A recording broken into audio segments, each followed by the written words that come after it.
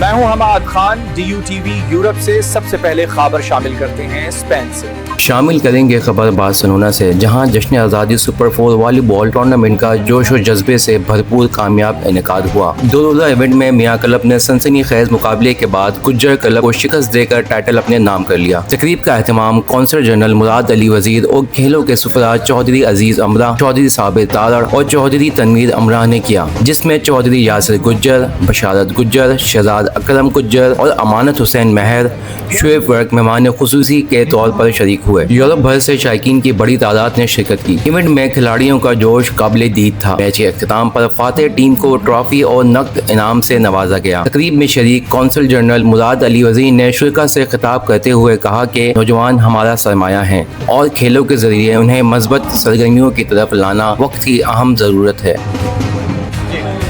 بسم اللہ الرحمن الرحیم۔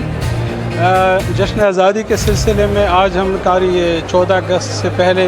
ہمارا یہ پہلا ایونٹ ہے اور جو زندہ قوموں کی پہچان ہے، اپنے آزادی کو جوش و خروش سے مناتے ہیں، اس سلسلے کی ایک کڑی ہے۔ اس خوبصورت ٹورنامنٹ کے انعقاد پر میں اپنے جو ہمارے بھائی ہیں، دوست ہیں، عزیز امرا اور ان کی فیملی، صابر تارڑ اور بابر میکن، ان سب کو دل کی گہرائیوں سے عطا گہرائیوں سے مبارکباد دیتا ہوں کہ انہوں نے جشن آزادی کا شاندار آغاز کر دیا، ان کے تقریبات کا شاندار آغاز کر دیا اور ایک بہت خوبصورت ٹورنامنٹ کا انعقاد کیا جو یورپ کے دل میں اب پورے یورپ سے ٹیمیں انہوں نے حصہ لیا، اور پاکستان کے اور خاص کر پنجاب کے جو شوٹنگ والی بال ہے، جو کلچرل ہے، جو ہمارا کلچرل